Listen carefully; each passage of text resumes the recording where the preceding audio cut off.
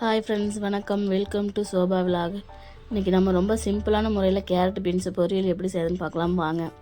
தேவையான அளவு ஆயில், கடுகு போட்டு நம்ம கடுகு பொரிஞ்சதுக்கப்புறமேட்டுக்கு வெங்காயம் கட் பண்ணி வச்சுருக்கேன், அதையும் சேர்த்துக்கலாம். பச்சை மிளகாய் சேர்த்துக்கலாம், கருவேப்பிலை சேர்த்துக்கலாம். போட்டு நல்லா பொன்னிறமாக வணக்கிட்டு அதுக்கப்புறம் பாசிப்பருப்பு தண்ணியில் ஊற வச்சுருக்கேன், அதையும் வடிகட்டி எடுத்து நம்ம ஒன்றா சேர்த்துக்கலாம்.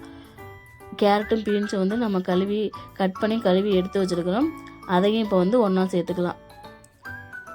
ஒன்றா சேர்த்து நல்லா வேக விடணும். கிளறி விட்டு நம்ம ஒரு அரை டம்ளர் மட்டும் தண்ணி ஊற்றினோம்னா போதும்.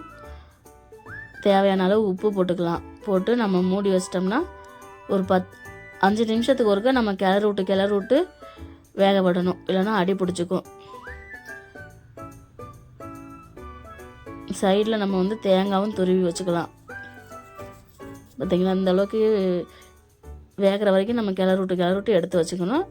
இப்போ நமக்கு தேவையான அளவு தேங்காய் துருவி வச்சுருக்கோம், அதையும் ஒன்றா சேர்த்துக்கலாம். சேர்த்து அது ஒரு 5 நிமிஷம் இருந்துச்சுன்னா போதும். சூப்பராக கேரட் பீன்ஸு பொரியல் ரெடி ஆயிரும்.